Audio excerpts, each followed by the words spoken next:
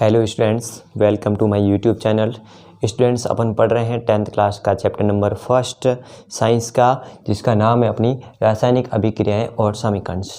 पिछले वीडियो में अपन ने देखा था कुछ रासायनिक अभिक्रियाओं के बारे में और कुछ समीकरण को कैसे संतुलित किया जाता है उस पे ऊपर अपन ने बात की थी। और दो नाम वाली अभिक्रियाएं पढ़ी थी, एक संयोजन अभिक्रिया और दूसरी वियोजन अभिक्रिया। आज अपन अभिक्रिया का थर्ड टाइप ले रहे हैं, वो है विस्थापन अभिक्रिया। कौन सी अभिक्रिया बेटा? थर्ड टाइप विस्थापन अभिक्रिया। कौन सी अभिक्रिया? विस्थापन अभिक्रिया। क्या होती है विस्थापन अभिक्रिया? उसके अंदर देखो, इसके अंदर जब कोई अधिक क्रियाशील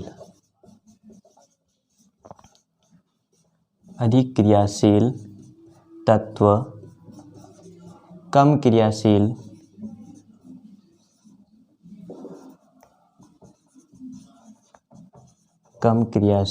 तत्व को उसके यौगिक से विस्थापित कर देता है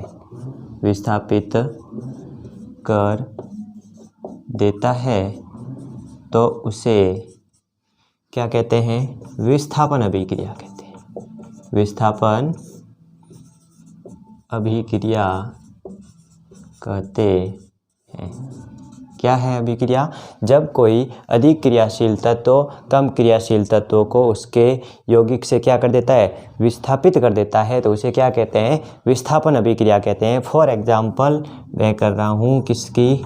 Fe, आयरन की अभिक्रिया CuSO4 के साथ कर रहा हूँ। तो यहाँ से देखो, Cu से की तुलना में Fe है वो ज़्यादा क्रियाशील है, इसकी वजह से वो Cu को यहाँ से हटाकर इसके साथ SO4 के साथ क्या हो जाएगा? खुद जुड़ जाएगा। तो ये हो जाएगा FeSO4 प्लस Cu।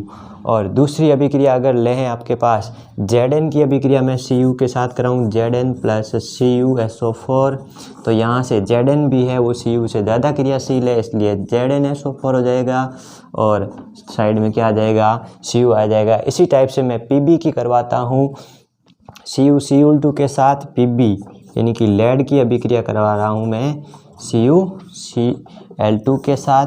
तो यहाँ से भी क्या हो जाएगा? PbCl2 हो जाएगा और Cu क्या हो जाएगा? बाहर निकल जाएगा। यानी कि कम क्रियाशील तत्वों को क्या करता है? अधिक क्रियाशील तत्वों को उसको हटा के उसके ऊपर क्या बैठ जाता है? खुद जुड़ जाता है, तो वो आपकी बन जाती है विस्थापन अभिक्रिया। सर अब पता कैसे चलेगा कि कौन कम क्रियाशील है और कौन ज़्यादा क्रियाशील है? वो बताएगा अपन को सक्रियता श्रेणी। सक्रियता श्रेणी में सबसे ऊपर वाला आने वाला तत्व जो होता है वो सबसे क्रियाशील होता है, सबसे अधिक पावरफुल होता है। जैसे ये देखो, अभी अपन ने Cu की बात की थी, ये रहा Cu। इधर पहली अभिक्रिया में Fe आ रहा था, देखो Cu से Fe ऊपर आ रहा है, इसका मतलब ये Cu की तुलना में क्या है? ज़्यादा क्रियाशील है। इसी टाइप से Zn है, वो भी क्या आ रहा है? Cu से ऊपर आ रहा है, इसका मतलब वो भी क्या है? कि Cu से। Pb है, वो भी क्या आ रहा है? इससे ऊपर आ रहा है। अगर यहाँ पे Fe और Zn होता तो यहाँ पे Zn ज़्यादा क्रियाशील होता और हम भी कम क्रियाशील था। ऊपर से नीचे बढ़ने पर क्या होती है? अपने सक्रियता श्रेणी में सक्रियता में क्या होती है? कमी होती है, इनकी क्रियाशीलता में कमी होती है। यानी कि सबसे कम है वो Au है, उसके बाद Ag का, उसके बाद HgCu, और सबसे ज़्यादा आपके सक्रिय है वो होता है पोटेशियम। पोटेशियम सबसे ज़्यादा क्या होता है? सक्रिय होता है, जिसको K से डिनोट किया जाता है। ये हुई आपकी विस्थापन अभिक्रिया। नेक्स्ट है आपकी द्विविस्थापन अभिक्रिया। द्विविस्थापन अभिक्रिया क्या होती है बेटा? इसका पार्ट नंबर 4। कौन सी अभिक्रिया? द्विविस्थापन अभिक्रिया, पार्ट नंबर 4।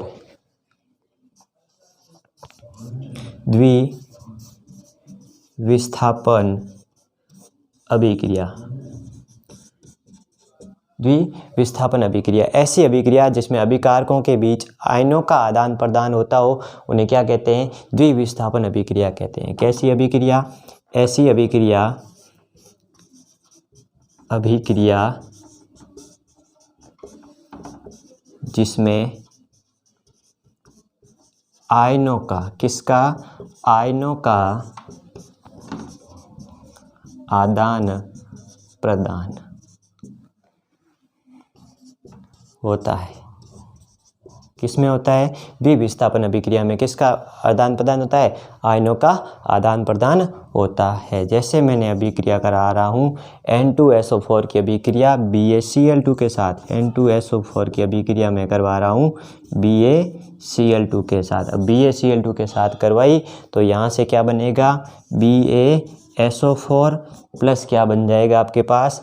2NaCl। या फिर इस अभिक्रिया को अपन ऐसे भी लिख सकते हैं, यदि 2 बार विस्थापन हो रहा हो, डबल विस्थापन हो रहा हो, तो उसको भी क्या कहते हैं? द्विविस्थापन। जैसे 2 बार विस्थापन कैसे हो रहा है सर?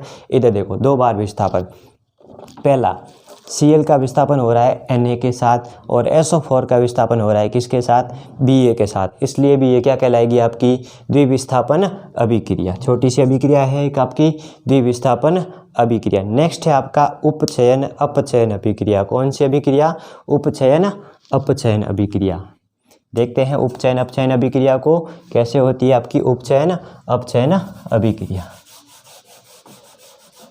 अच्छे से पढ़ते रहना इनको। 100% आपको 2 या 3 अभिक्रियाएँ बोर्ड एग्जाम्स में मिलेगी बेटा, पक्का मिलेगी, गारंटी है। अभी भी आप स्टाम्प पेपर पे लिखवा के ले सकते हो बेटा।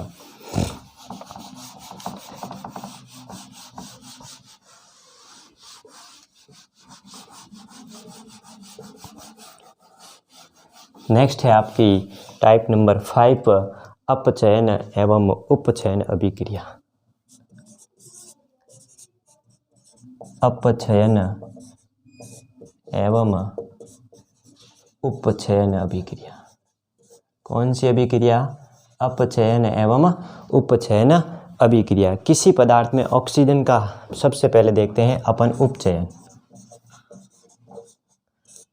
उपचयन कौन सा देख रहे हैं? सबसे पहले उपचयन, ऑक्सीजन की वृद्धि या फिर हाइड्रोजन की कमी। ऑक्सीजन की वृद्धि या हाइड्रोजन की कमी। किसकी कमी? हाइड्रोजन की कमी। तो वो क्या कहलाएगा? अपचयन कहलाएगा। अपचयन का मतलब होता है हाइड्रोजन की तो वृद्धि होना और ऑक्सीजन की वृद्धि होना और या फिर हाइड्रोजन की वृद्धि कमी होना। दोनों में से एक होगा, दोनों साथ में नहीं होंगे। या तो ऑक्सीजन वृद्धि होगी या फिर हाइड्रोजन की क्या होगी? कमी होगी। अब देखो इसके अंदर अपचयन का अपन एक उदाहरण देके बताते हैं कौन सा है। जैसे मैंने मान लिया कॉपर को जला रहा हूँ किसके साथ? O2 के साथ ऑक्सीजन की उपस्थिति में। इसका मैंने क्या किया? तापन यानी कि दहन किया। तो आपको क्या मिलेगा? CuO मिलेगा। क्या मिलेगा? CuO मिलेगा। यहाँ पे देखो ऑक्सीजन की वृद्धि हो रही है, इसके साथ ऑक्सीजन नहीं था, फिर बाद में इसके साथ ऑक्सीजन जुड़ गया। इसका मतलब ऑक्सीजन की क्या हो रही है? वृद्धि हो रही है। इट मीन्स ये कौन सी अभिक्रिया हो जाएगी? आपकी अपचयन अभिक्रिया। नेक्स्ट देखते हैं उपचयन अभिक्रिया।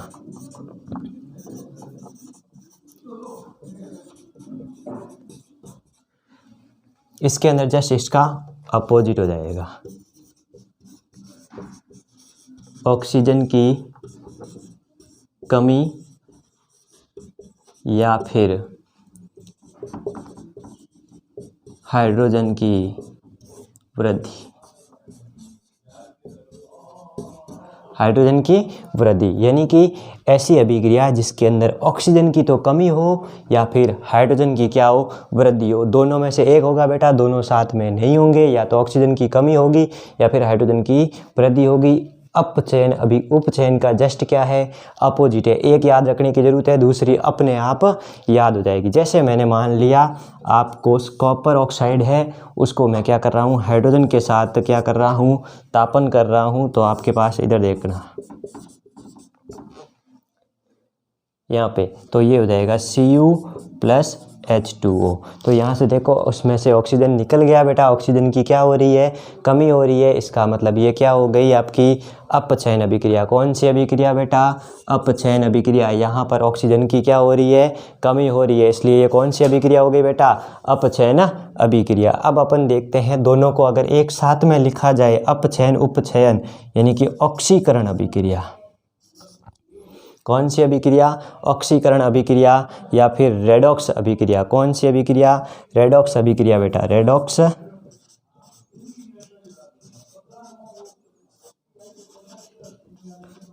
अभिक्रिया। कौन सी अभिक्रिया? रेडॉक्स अभिक्रिया। ऐसी अभिक्रिया जिसमें अपचयन और उपचयन दोनों एक साथ होते हो बेटा, वो कहलाती है आपकी रेडॉक्स अभिक्रिया। यानी कि इन दोनों अभिक्रियाओं को साथ में मिला दिया जाए, ऐसी अभिक्रिया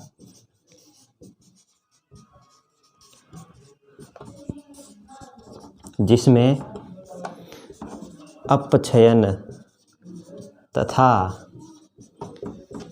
उपचयन दोनों साथ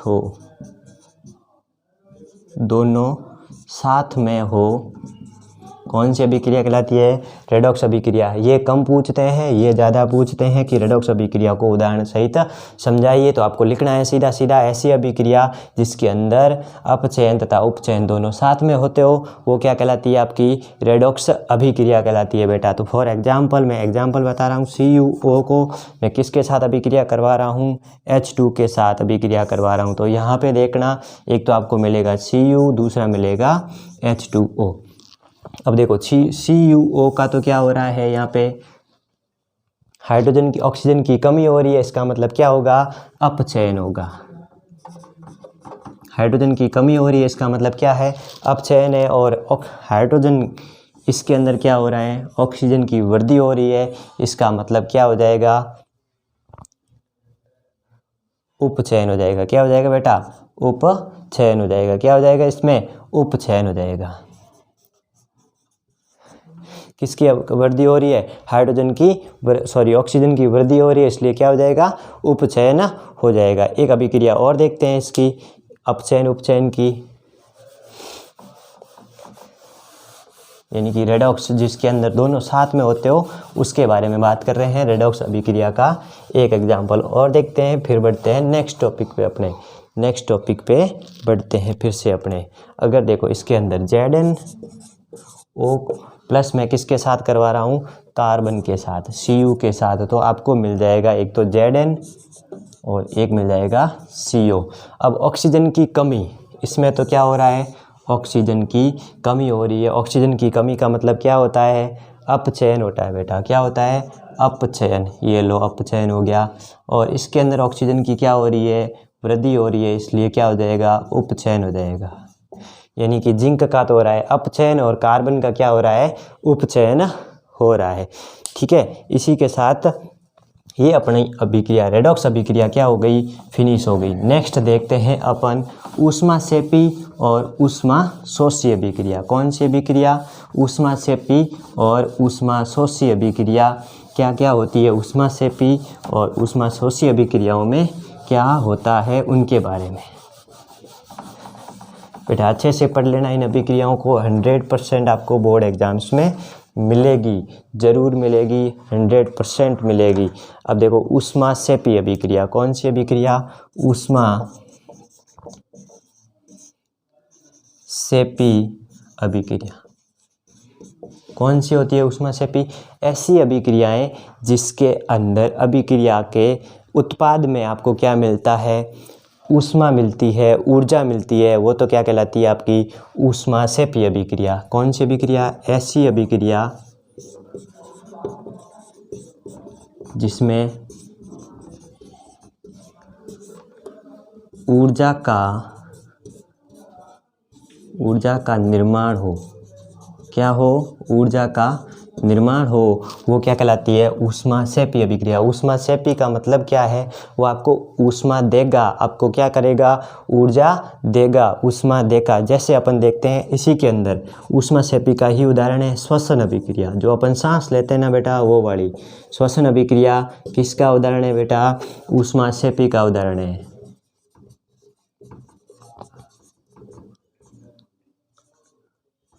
ऊष्माक्षेपी का उदाहरण है। जैसे अपन सांस लेते हैं तो उसके अंदर होता है क्या क्या? एक तो ग्लूकोज का होता है C6H12O6 प्लस इसके अंदर क्या होता है? ऑक्सीजन लेते हैं बेटा। क्या लेते हैं? ऑक्सीजन लेते हैं। तो बनता क्या क्या है? एक तो 6CO2 बनता है और दूसरा बनता है 6H2O और एक क्या बन जाएगा आपके पास? ऊर्जा बन जाएगा। क्या बन जाएगा बेटा?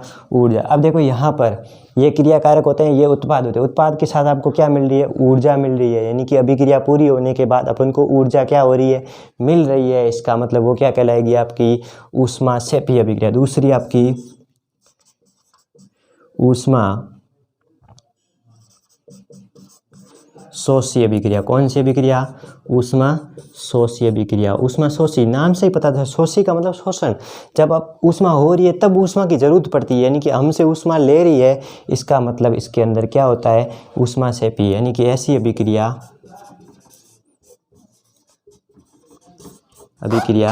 जिसमें अभिक्रिया संपन्न होने में ऊर्जा की आवश्यकता हो, ऊर्जा की आवश्यकता हो, क्या कहलाती है? आपकी ऊष्मा शोषी अभिक्रिया। ये नाम से ही पता चल रहा है, ऊष्मा शोषी का मतलब क्या होता है? ऊष्मा को ले रहा है, इसलिए ये क्या कहलाएगी? ऊष्मा शोषी अभिक्रिया। अब देखो, एक होता है ऊष्मा क्षेपी, इसके अंदर क्या होता है? ऊष्मा क्षेपी है, इसका मतलब तापमान में क्या होगी बेटा? वृद्धि होगी। तापमान में क्या होगी? वृद्धि होगी। और ये ऊष्मा शोषी यानी कि ले रही है, तो तापमान में क्या होगी? कमी होगी बेटा। क्या होगी? कमी होगी। नेक्स्ट आपका जो टॉपिक है, ये सारी अभिक्रियाओं के प्रकार खत्म हो गए। मेनली अपन ने 5 अभिक्रियाएं पढ़ी थी, संयोजन, वियोजन, विस्थापन, द्विविस्थापन तथा रेडॉक्स। उसके बाद 2 छोटी छोटी अभिक्रियाएं। ये जो अभिक्रियाएं हैं आपकी श्वसन अभिक्रिया, मोस्ट इंपॉर्टेंट बेटा, इसको संतुलन में भी पूछा जा सकता है और डायरेक्ट भी पूछा जा सकता है कि श्वसन अभिक्रिया को लिखिए, तो इसको अच्छे से लर्न करना है आपको। नेक्स्ट है, ये 5 अभिक्रिया होने के बाद नेक्स्ट है आपका संसारण। संसारण के बारे में आपने देखा होगा या फिर सुना भी होगा संसारण के बारे में। किसके बारे में? संसारण के बारे में। क्या होता है संसारण? अभी देखते हैं संसारण के बारे में अपन। किसके बारे में? संसारण के बारे में बेटा। संसारण या फिर जंग लगना। संसारण या फिर जंग लगना। क्या लगना? जंग लगना। हमारे मारवाड़ी में अगर कहे तो फिर क्या लगना? काट लगना। जब कोई धातु अपने आसपास के, क्या होगी इसकी परिभाषा? जब कोई धातु अपने आसपास, क्या? जब कोई धातु अपने आसपास अम्ल, आर्द्रता आदि के संपर्क में, अम्ल,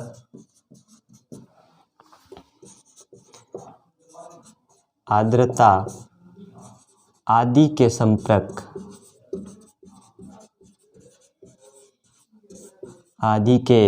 संपर्क में आती है, तब ये संसारित हो जाती है। आती है, संपर्क में आती है, तो यह संसारित हो जाती है। संसारित हो जाती है और इसके ऊपर क्या हो जाता है?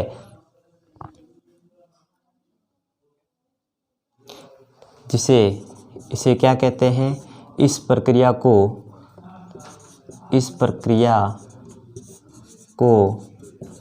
जंग लगना कहते हैं। क्या कहते हैं बेटा? जंग लगना कहते हैं। इस प्रक्रिया को क्या कहते हैं? जंग लगना कहते हैं। फॉर एग्जाम्पल, उदाहरण के लिए, चांदी का काला पड़ना। चांदी का काला पड़ना। किसका काला पड़ना बेटा? चांदी का काला पड़ना। तांबे पर हरी परत, लोहे पर भूरी परत। तांबे पर हरी परत, लोहे पर कैसी परत आ जाएगी बेटा? भूरी परत। तो वो क्या है? लोहे पर भूरी परत। इसका मतलब वो क्या है बेटा? संसारण है उसका। संसारण है उसका। क्या है बेटा? संसारण है। अब संसारण के कारण क्या हो रहे हैं? कार्य है, वो जो भी है ढांचे है, हमें करोड़ा का क्या हो रहा है बेटा? सरकार को हमेशा नुकसान होता है, क्योंकि इससे अमूल्य चीज़ें क्या हो रही है? नष्ट हो रही है। किसके कारण बेटा? संसारण के कारण। ये छोटी सी डेफिनेशन है संसारण की, और ये कुछ क्या है उसके एग्जाम्पल है। नेक्स्ट है विकृत गंधिता। कौन सी गंधिता बेटा? विकृत गंधिता, जो आपके चैप्टर का लास्ट टॉपिक है बेटा। कौन सा टॉपिक है?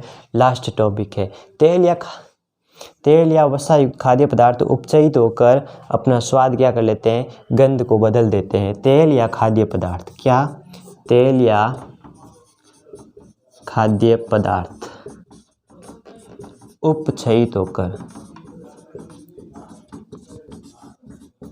अपना रंग, गंध व स्वाद बदल देते हैं तो उसे क्या कहते हैं, विकृत गंधिता। तेल या खाद्य पदार्थ जो भी होते हैं वो क्या करते हैं, अपना उपचयित होकर, क्या करके, उपचयित यानी कि ऑक्सीजन के साथ क्या करके, क्रिया करके ऑक्सीजन की वृद्धि हो जाती है तो वह रंग, गंध, स्वाद आदि को बदल देते हैं। इससे क्या हो जाती है, उसके अंदर वो चीज़ें खराब हो जाती है और वो क्या कहलाती है, विकृत गंधिता कहलाती है। जैसे आप चिप्स के पैकेट वगैरह लेके आते हो, उसके अंदर कौन सी गैस भरी हुई थी बेटा, नाइट्रोजन गैस। अगर उसमें से वो नाइट्रोजन गैस निकल जाए, कहीं से भी कोई छेद हो जाता है, गैस निकल जाती है और वो फूला हुआ कुरकुरे का बॉक्स छोटा हो जाता है तो वो क्या खराब हो चुका है बेटा, क्या हो चुका है, खराब हो चुका है। उसके अंदर विकृत गंधिता हो चुकी है, उसका स्वाद खराब हो गया है, जो हमारे स्वास्थ्य के लिए भी क्या हो सकता है, हानिकारक हो सकता है। तो एक बार वापस फटाफट देख लेते हैं इस चैप्टर में अपन ने क्या क्या सीखा है और क्या क्या अपने लिए क्या है महत्वपूर्ण, इंपॉर्टेंट है। सबसे पहले तो है समीक्रिया, अभिक्रिया, संतुलन। क्या, अभिक्रिया संतुलन बेटा 100% बोर्ड में मिलेगा आपको, अभिक्रिया संतुलन। उसके बाद अपन ने 5 नाम वाली अभिक्रियाएं पढ़ी है, 5 नाम वाली अभिक्रियाएं पढ़ी है बेटा। कौन कौन सी अभिक्रिया पढ़ी है, संयोजन पढ़ी अपन ने, कौन सी पढ़ी, संयोजन पढ़ी, एक वियोजन पढ़ी, विस्थापन पढ़ी, द्विविस्थापन पढ़ी और मोस्ट इम्पोर्टेंट रेडॉक्स अभिक्रिया। कौन सी अभिक्रिया बेटा, रेडॉक्स अभिक्रिया। इन 5 अभिक्रियाओं में से कोई 2 या 3 मोस्ट इम्पोर्टेंट है बेटा, बोर्ड में आपको हर बार मिलेगी 2 या 3 मार्क्स में। कितने मार्क्स में, 2 या 3 मार्क्स में। और याद रखना ये टोटली चैप्टर आपको कितने मार्क्स दिलाएगा बेटा, 8 मार्क्स दिलाएगा। कितने मार्क्स दिलाएगा, 8 मार्क्स। तो इस चैप्टर को क्या करना है, अच्छे से पढ़ना है। सिर्फ अगर आपने अभी तक लास्ट वीडियो नहीं देखा है जिसके अंदर मैंने और भी कुछ समझाया है, सभी अभिक्रियाओं को संतुलन कैसे किया जाता है और कैसे पढ़ाया जाता है उसके बारे में, तो ये वीडियो अच्छा लगा हो तो लाइक कीजिए, कमेंट कीजिए और अपने फ्रेंड्स के साथ भी शेयर कीजिए ताकि उनको भी क्या हो सके, कुछ फ़ायदा हो सके। Thank you.